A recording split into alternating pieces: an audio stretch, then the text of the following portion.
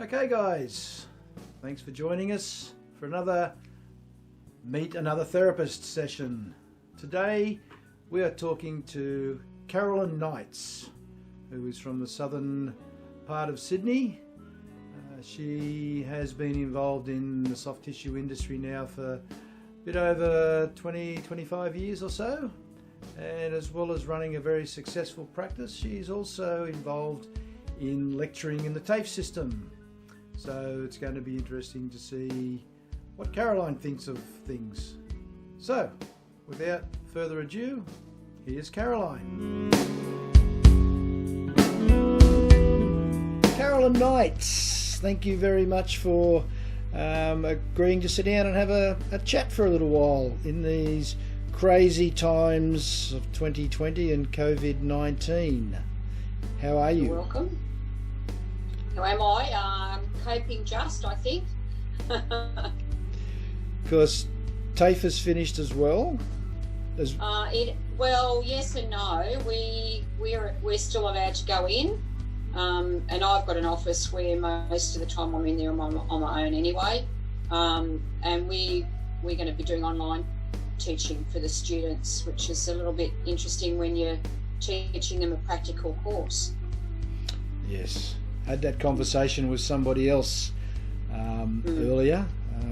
It's going to be interesting to see what does happen in the future when we come out of this, as far as how the training is going to be delivered.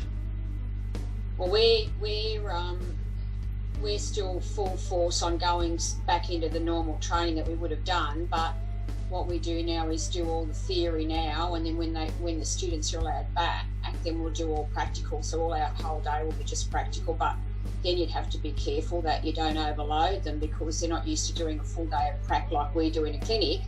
They're not used to doing that. Yeah. I mean, the benefit is at least they would get a massage as well, but then you've got to be careful you don't over massage them either, and then they get injured or get sore because they're getting too many massages as well. So we just got to play it by ear, but the associations aren't allowing them to step back off the 200 hours of prac, which I think is fantastic. So they're going to have to. So what we're probably going to do is extend their courses. Right. Yeah. Yeah. And that's fair. Oh, absolutely. Yeah. Mm-hmm. So, to go back to the beginning, how long have you been involved in soft tissue industry? 1998, I first got into it. Right. Prior to that, I was in the fitness industry, which I still am, but I was in the fitness industry first, and a restructure came around, and I thought, yeah, beauty, I'll take the opportunity to go and learn massage as well as fitness, and that's where it started. So the fitness started first, and then you went into the massage? Yeah. Yep.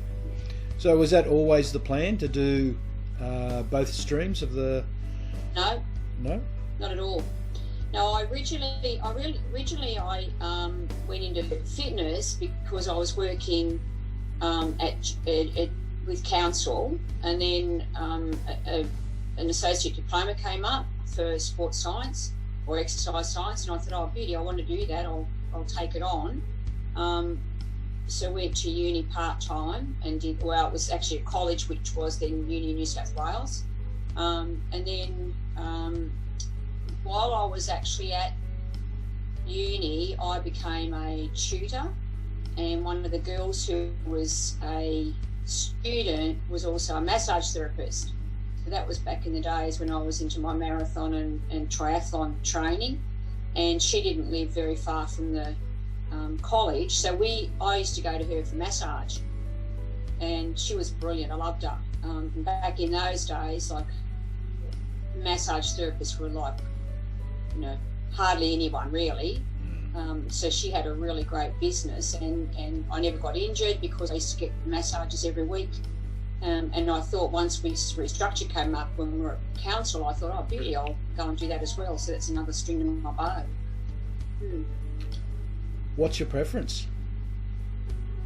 I like them both because they both go hand in hand. Yep, that they do. Yeah.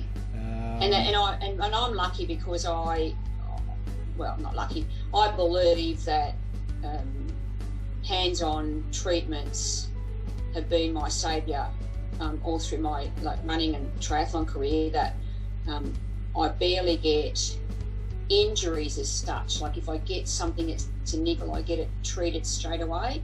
So I'm big on acute injury treatment, and they don't last. So yeah, I just sort of think that way. I don't think that it's good to have something that becomes chronic and then it takes you forever to get rid of it. If all the world thought like that, we would be retiring rich, happy people, wouldn't we? Correct. And I'm forever saying that to people. They say, how come you don't get injured? I said, I do, but I get it treated.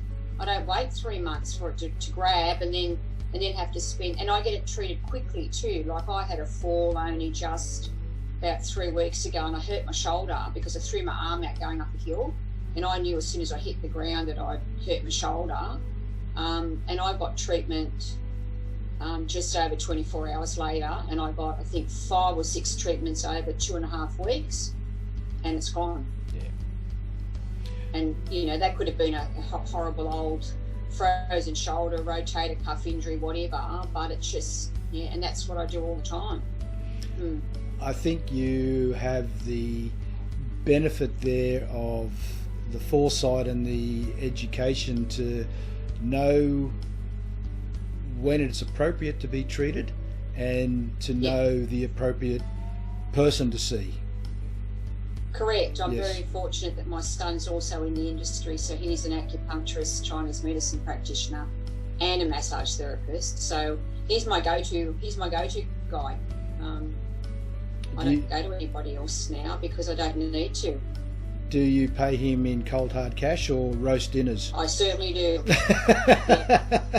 Well, I do, because I treat myself with him as a client, because if I go to his clinic and I need to get treated, which is our clinic, I'm taking up a space of a client, and I don't believe that it's fair for me to say to him, give me a discount because I'm your mum, because then that devalues his worth as a practitioner, because I wouldn't go to any other practitioner and ask them the same thing. I wouldn't ask them for a discount. I used to say to students when they were having to do their practicals outside of TAFE or outside of the RTOs, that you can't charge people while you are training, but you need to put a value on your skills and get your car washed, get your ironing done, get your lawn mowed, get something in return, so that those people that you're practicing on, they also put a value on your skills, albeit not as good as they will be in 12 months, 2 years, 5 years time. But if you don't put a value on your skill set, other people won't either. So yeah, I agree 100% with that. Yeah, I hear where you're coming from. I find it very very frustrating when people say, oh, but it's my husband. I say, and why is he any different to anybody else? Because it's still your time. Yeah. Because do you ask him when he comes home from work to do, I don't know, his work with you? Because you wouldn't do that. So everybody should really be respectful, I believe. Absolutely, absolutely. So it was the interest in the fitness industry that took you across to massage? Correct. And just purely the love of anatomy and function and all that. There was no, a lot of people that I've spoken to over the last month or so, there's always been an injury that's been the catalyst for them wanting to know more about the massage side of treatment and how the soft tissue industry operates and functions. And yeah.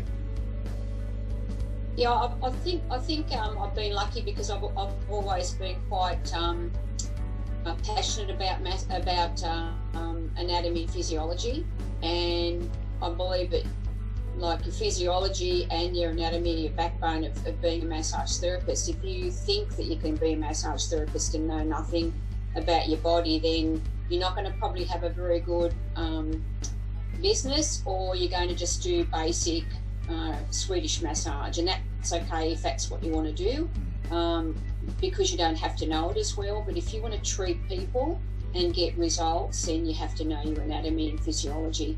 And then from that you can then develop training plans or rehab strategies for people, which is helpful. Do you feel as though, because you work in the TAFE system, correct? Yes. Do you feel as though the training in 2020 is adequate? Yes, it is, because I'm one of their teachers. I really go into anatomy and physiology. This has actually been a little bit of an eye-opener for me now, having to do this online training. However, I've got Skeletor, who is our little skeleton that we've got at work, who's going to be part of my online training. So I can actually get the students now to really understand where all their attachment points are for their muscles, rather than just sort of knowing that it's the spine or the scapula or whatever. I can show them so they can see it, understand it better, and then be able to show them just using like rubber bands where a muscle would go from and to, where they don't get that opportunity in class because we don't have enough time to do that. And I'm really, really passionate about getting them to understand, if they've got they do a Thomas test and they tell me it's a psoas muscle that's going to be needed to be corrected, I have to ask them, well, what about all the, the other hip flexors that might be involved, and then what are their other actions? So now I think this is going to be really good for them to actually understand that muscles are not just one-dimensional. And I think that'll make them better, actually. In some ways, this might be a really good thing. Good. I remember I was just thinking as you were saying that back in when I did my original training in 1988-89, that our go-to text was the Colouring in Anatomy book. Yes. And these days there are so many apps that you can download onto your phone, your tablet, your computer. I have one here on the laptop that we're recording this on, that I use to show clients that, okay, this is why we're going there, this is that muscle, this is what it does. And when they can see it in a 3D animation, they go, oh, okay, so that's why I'm getting pain through my back. Psoas, for example. And the learning tools available to students now are miles ahead of what we used to have. Oh, absolutely. I mean, and even going and getting cadaver dissections and stuff, if the students can stomach the looking of them, they are just the best way to learn your anatomy. Yeah. I even find the apps, I actually quite like the colouring book, because you actually have to go from one end to the other, whereas on an app you kind of don't, even though it's 3D. So I still think those anatomy colouring books are great. Depends on your learning style, I guess, doesn't it? I mean, for me, nothing can beat the wet labs. Absolutely. Seeing exactly the variations in the bodies.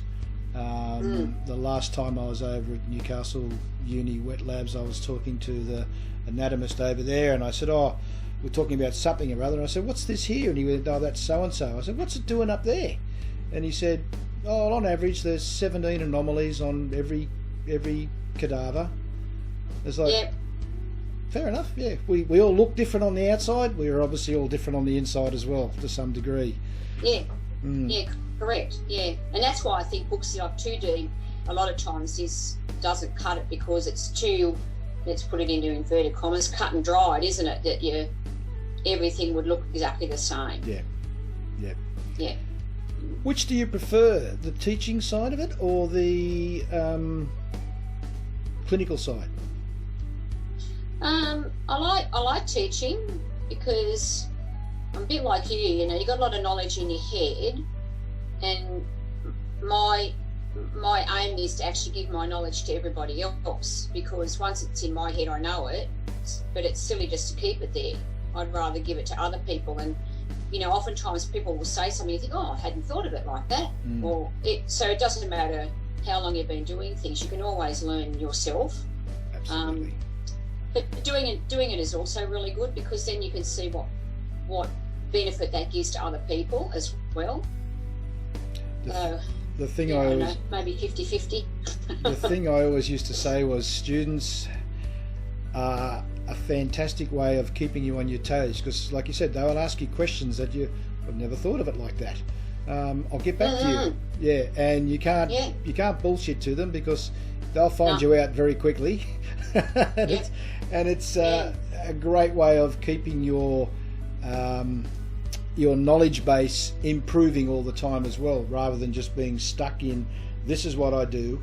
Whereas technology has improved the way we can assess things now, and you would agree with this, that some of the things we used to teach back in the late 90s, early noughties are now totally discredited, because the technology has caught up with, yes, now we know that, no, that does not, doing a post-event massage does not reduce the lactic acid. Yeah, it doesn't reduce. Right. It's already been absorbed. It's already been absorbed, exactly. But how long did we sort of say, this is why you do that, and now we know, no, there are other benefits, obviously, but so that's always a good benefit, just keeping us all on our toes. Correct. Well, let me tell you a really interesting thing about post-event massages. So with my students, I'm an ultra distance runner. The advantage of it is that I did 100 Ks a couple of years ago, and some of my students went to it's called UTA Ultra Trail Australia, and they were the massage therapists there, and that gave them extra clinical hours, which was great, because I was getting people straight off the trail basically and massaging them. And now 2 of those students have now become ultra runners themselves, which is really interesting. But last year I did a double. I did a 22 on the Friday and a 50 on the Saturday. But on the Friday I went and had a massage, and I like to have a massage after I've run. But I'd fallen about 4K from the finish of the race, not really thought too much about it, except in it hurt at the time, and got up and kept going. On the table, as I rolled over, I actually cramped, and in the end, I actually displaced 3 of my ribs. I didn't know it at the time, because I cramped so badly on the massage table. And then I ran 50 Ks the next day, and it was only, it was probably about a month later that I actually found that the 3 discs were, we thought, ribs, we thought they were only 1, but it ended up being 3 were actually out of place. It was amazing once the 3 of them got put back in, how much better it felt. But just to say that, that can be a disadvantage of having a massage big time. Yes. Yeah. Absolutely. So yeah, that was fun. Given your years as both an educator and also as a clinician, where do you see soft tissue therapy going in the future? Good, bad, or indifferent? I think to give it more credence, it needs to probably go beyond a diploma. I think it needs to go to a degree. And that's just more for the acceptance, so that you get association acceptance. So if we look back at, say, something like physio or chiro, osteo, they've all got much bigger associations, and they can be APRA involved, whereas we can't be part of APRA, because we don't have that 100% formal education. So a lot of us have got something behind us, some other criteria of degree, like human movement or exercise science or whatever behind us, but it doesn't equate back to the massage. It's something a little different. I would like to see it go further, because I think there's a big value in it. And when you're looking at and you would know in the years with hockey how lucky we were back in the day with the likes of Lynn Mayman, who was a very hands-on physiotherapist. And I think as a result of her being on board, and a few of the other physios that they had as well, who were hands-on treaters, not just let's put a machine on you. Yeah. I think they gave us a lot of hope for our industry. And I hope that continues, because I think you need hands-on work. You can't just put a machine on somebody. The beauty of working with people like Lynn and Ali Coles and a few of the other physios involved at that level, was the mutual respect from both sides, where we knew where our demarcation line was and they knew what our skills were. And that I always found was such a great learning tool as far as working in a multidisciplinary team, which thankfully saw me do a bit more in that area down the track. But having those people who understood our level of ability and also our respect for where we draw the line and hand back over to them. And dare I say it out loud, it's a shame there aren't more physios like that. I know there are quite a few out there, but they're getting harder and harder to find. Well, I think the problem is that we still, as professionals, we get devalued still. Or you're only a massage therapist or a remedial therapist, and that's a shame, because people don't look at the amount of years that you've got experience as well. And I really appreciate the fact that we did all that work through hockey, where you got, like, all of us, like the massage therapists and all the physiotherapists, and we all got on really well together. And that's one of the reasons why when I go away to runs, if I've got the opportunity to take some of the therapists with me, like the students, what a great insight it is for them, because in a clinic situation at TAFE, they don't get that degree of athlete, and I don't suppose they have to work as quickly as what they do. So normally they do maybe 20 minutes of massage on a person. So leading up to UTA, we have 3 running camps, and I take them to that one day, and they love it. Like, they get 6 hours worth of massage, and they've got people on and off the table the whole time. But I can then, jump in here and help with this person, or jump over here and help with that person, or whatever. Yep. But I don't have to sit there and look over their shoulder. And if they need help, they'll just, throw their arm up in the air, and I always jump on the table. I always get student massages, because I think it's fabulous for me as a teacher to see where they're at, but it's also good for them. At first they're sort of like, oh my God, we've got a massage teacher. But then you teach them while they're on the table. You can, explain to them why they're doing this or that. I think it's a great industry, really. There's a mountain bike event held up here in the Hunter Newcastle region called the Port to Port. Yep. And I've been involved with the massage organisation side of that from the beginning, so the last 5 or 6 years. I retired from it this year. I handed the ball over to a couple of other guys, but of course that's been canned now. But it's been interesting that getting people to come along to that who haven't done that kind of work before.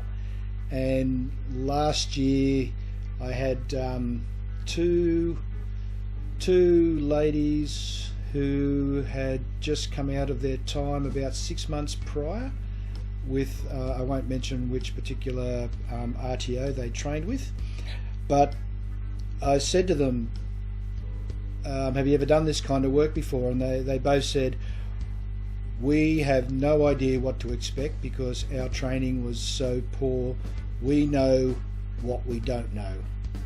And they put their names down for one of the 4 days, and then they came back at the end of the day and they said, we'll be back tomorrow, and put me for Friday, and we'll be back on Saturday, and we'll be back on Sunday. Nice. And in the 12 months I was actually talking to 2 of them back in January at a workshop that I attended, and I was really flabbergasted at how these 2 girls had improved so much in 12 months, because they want to learn, and they realised that their training was very basic. Yeah. So much so that when they set their tables up on the first day, the tables were as high as their knees. And I looked at them and I said, "Your table's a bit low." "Oh no, that's how we were taught to work." I said, "Well, you're not going to last 2 hours, let alone 5. And at the end of the day, one of them came over and she said, "Oh, so glad you made me lift my table up." She said, I wouldn't have lasted 2 people on that. But again, getting that event work, that sports post-event work, where you are geared to 10-15 minutes max, because you're not treating, you're assessing if you need to. You might treat 3 or 4 days later. And it was such an eye-opener to see. And then there were another couple of guys who did their training at TAFE, and their skills were okay, but their time management was absolutely terrible. And one bloke, we're all doing, it was a do and charge for the competitors, which it always was, and they're more than happy to pay, which is why I was not having students there, because it was a paid gig. And one of the guys said to me at the end of the day, he said, "That was really good." He said, I made $50. And I said, "Yeah, you could have made about 400 if you had to stuck to 10 or 15 minutes like I kept asking you to, because we had 1,000 competitors to get through."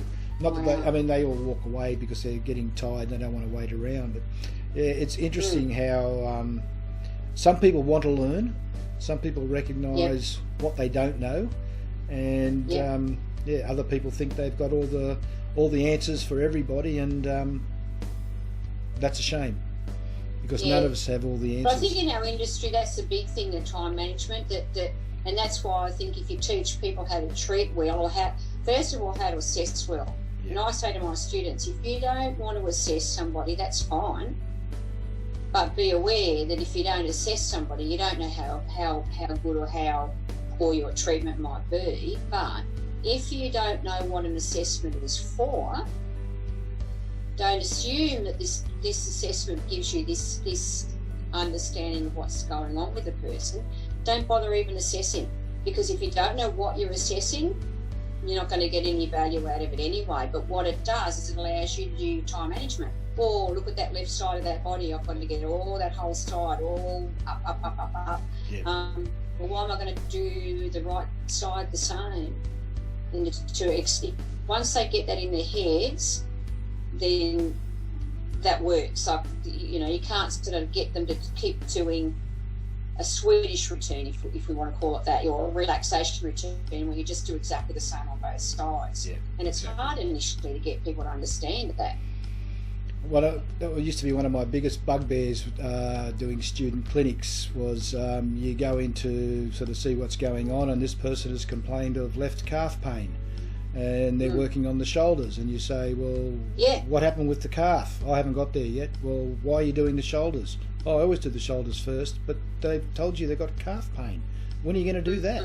I'll do that at the end. And what if you can't fix it? If you need another hour or another 30 minutes or whatever it might be. What would you say is your greatest achievement to date? Good question. Probably the years of teaching. Because I've been teaching now, 10th year at TAFE, and prior to that I taught at a college in the city for 6 or 7 years, I remember. So there's and a lot of those students out there are really going ahead. So Trent, who's my son, so Trent and I taught in the city, and at that stage he was already doing his Chinese medicine, and quite a few of those students actually went on to do Chinese medicine, and they're very successful in their businesses as well. So I think that's really a good achievement when they follow. Initially it's like, oh my gosh, how am I ever going to learn what you know? You say, but we started on your side as well. Exactly. And then they go on and they do the same as what you're doing, or a different tangent even. I mentioned I think teaching, I mentioned a workshop earlier on that I participated in, and there was an ex-student there, from down the Central Coast. And I was chatting away to him, and I said, "Oh, what are you doing these days?" He said, "Oh, I bought such and such's clinic." I said, "Oh." So he was working out of a physio practice here in Newcastle. The physio had enough of it, wanted to get out, and he bought the business. So as a massage therapist, he's now managing, I don't know, 8 or 9 physios and a couple of EPs and some massage therapists. Yeah, and it was like, I was really happy for him, because he was one of those more exceptional people who just had a thirst for the knowledge, and again knew what he didn't know, and knew he had to go and keep studying, and he's still studying, you know. Like, and it was a really nice thing for me to see where he is now. Personally, I don't envy him running a business with so many staff. I've been there and done that, and glad not to do it again. But that's another story. Yeah, I mean, it's hard work when you're managing other people. Oh yeah. Where do you see yourself in another 5 years? I don't know. I think I'll still be working. Like all Why? of us. Because I like it. And I've just had 3 weeks without it. Yeah. And there's only so much hiking and running and whatever you can do in a day to keep you occupied. Yeah. Okay. And I enjoy working. I enjoy the people around. I like the different people that you come in contact with. And you get to chat to lots of different people. I mean, and over years, dare I say it, but you do actually become friendly with some of your clients, and not necessarily friendly that you go out with them and that, but they're just, you've known them for so many years that they become part of your repertoire of people that you know, and you can have conversations with them. That was my reason for doing these interviews. After sort of 3 days of sitting around thinking, what am I going to do? My partner, she's also working from home, and we have a pact. She's in the office at home, and I don't interrupt her between 8 and 4 because she's on conference calls and she's on this and that, and that's she's getting paid a full wage for that. And then all of a sudden I realised I miss talking to people. You know, because it's, how's the dog? How's the baby? Did you get your car fixed? You know, whatever it might be. You know, you know what's going on in people's lives, and if you don't, they will tell you sooner or later. The ones that come back on a regular basis. So yeah, I know exactly where you're coming from, because what we do, as well as touch people, is communicate with them on so many levels. And I was part of a Zoom meeting last Friday, Good Friday, and the guy had subtitled the meeting "Tales from the Table." And it was I like it. Yes, there were some interesting stories coming out from a number of people. So yeah. Well, it's surprising what people actually disclose to you, that you take it on. It's amazing. Yeah. The stories that people have got to tell anyway, and I find that really cool. I mean, what do people do in retirement when they go, "Oh, I'm really busy," yeah, but for how many weeks? Yeah. Because how can you just be busy all the time? Because it's just trying to entertain yourself. At least going and massaging, you've got on tap entertainment, really, haven't you? Because you're doing something that you love. True. And the people are talking to you. Absolutely. I remember years ago I had a client open up on the table that she was a victim of domestic violence. And it was like, well, I was probably only out about maybe 3 years, and I just went into boom. I'm a man. I'm shut down. I don't know how to deal with this. So, and I spoke to a friend of mine who was a counsellor, and I was speaking to her about it, and she said, "You did the right thing. Just let it talk. You don't have to say anything." And that was a huge learning curve for me, because I've heard that several times now over the years from a variety of clients, and I keep going back to that first time that happened, and it's just like, okay, I'm not going to shut down, but I'm going to let you talk, and I'm not going to pass any judgment, no comments, just let you talk. So I think I know the answer to this question. But what do you do to switch off? Run. Dear. Are you getting odd looks from people at the moment from running? Pardon? Are you getting odd looks? Getting what? Are you getting odd looks from people when you're out running at the moment? No, I give them odd looks because they're not normally there. I'm the one who's normally there. I find it really interesting at the moment because they're sort of saying, oh yeah, but if a runner goes past you, they're breathing heavier and blah blah blah, and it's like, but you're not normally here. So don't malign me for being out doing what I'm doing. Yeah. But I do trail anyway. I do mostly trail. Oh, okay. So right. Chances of being around people on trail, even when this is not going on, is few and far between. Just depends on where you go. But I've got trail to 600 metres from my house, so I just go out the front door and up the back, and I'm on the trails, and I can spend hours and hours in there. I can go 6 or 7 hours in there and basically don't go over the same trail. And just in the last couple of weeks, I've been sort of finding or just rediscovering old trails that haven't been on for a long time. And actually, we found a new one yesterday that I didn't even know was there. I had a suspicion it was there, so we went and found it, and it was great. Love it. This is all around the Southern Highlands, isn't it? Well, not quite. No, it's at Campbelltown. It's just at Kentland, Ingleburn, Minto Heights. Oh, okay. Yeah. So it's great. I saw some, and I can even go to Appin. Like on trail, I can virtually get to Appin from my place. It's a little bit of road, but not much. Right. So there's a lot of trail around. I saw some of the photos you posted up on Facebook a few weeks ago of some trails that I think you made the comment that old trails you hadn't visited for a while. Yeah.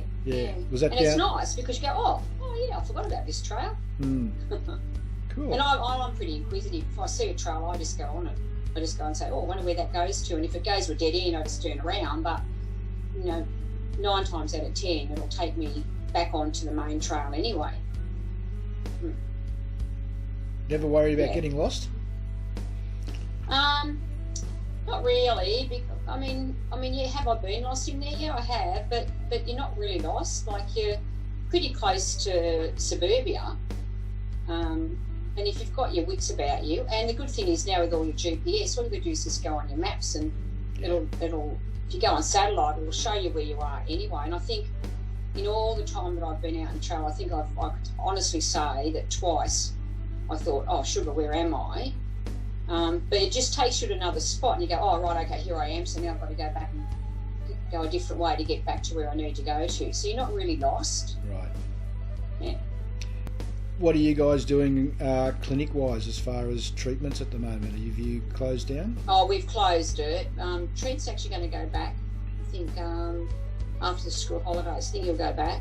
Right. Because he's allowed to treat. He was just concerned because he had, clients who were in sort of a more vulnerable age group, but also had clients that have, and being an acupuncturist, he treats people with some hefty things going on, like, lung and cardiac and whatever. So he was a bit more concerned about their health. But now he's got his head around. Now there's been a few more, because in the early days there was nothing to sort of say, oh, do this or do that, or we'd suggest this or that, which was really unfair, I think, on all of us, even our associations. Don't treat, but you can if you want to. Like, it wasn't a hard and fast, we think you shouldn't be treating. And it's easier for him doing acupuncture. So he won't be doing any massage, he'll just do acupuncture. Because it's easier to go in, be in there for the minimum amount of time, needles in, come out, he'll have all the gear on. But yourself with massage, how hard it is to, and getting a massage with a pair of gloves on, it's pretty ghastly. Yes, feels kind of weird from both sides, doesn't it? It does, it doesn't feel right. So and then that's all my colleagues are all not treating now. Yeah. It's going to be interesting to see what happens when we are allowed to treat again and how we come back from this. Well, yes, there will be. Yeah, I had a call from a client this morning on my way in here saying, "Oh, you're in the car, you're going to the clinic." I said, "Yeah, I am actually." "Oh, can I get in?" "No, you can't. You know, I'll let you know, Jace. I'll let you know when I'm back working." Yeah, that's right. So what are you going to the clinic for? "I'm getting out of Rachel's hair." Well, that's it, isn't it? Yeah.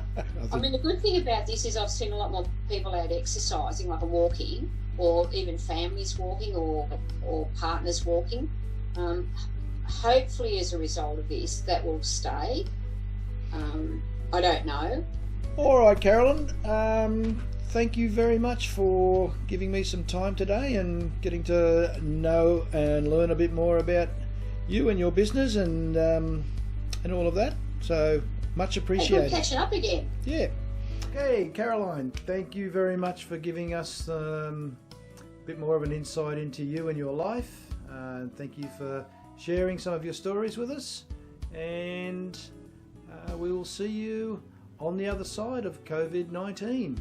Okay, stay healthy, guys. Thank you.